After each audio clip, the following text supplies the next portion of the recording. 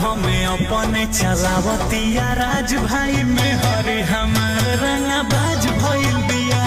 घर हमें अपने चलावतिया राज भाई में हरे हमार रंगाबाज भइल बिया।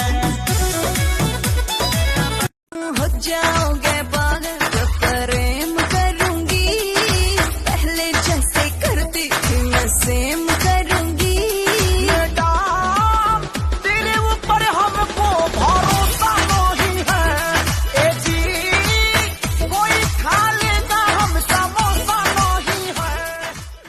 रखा रखा ये भौजी घेरा में, उतर पड़ गई लवनी के फेरा में। बुझाई रहे परेशान भीतरी दाम घुटला हो देवरू, दाम घुटला।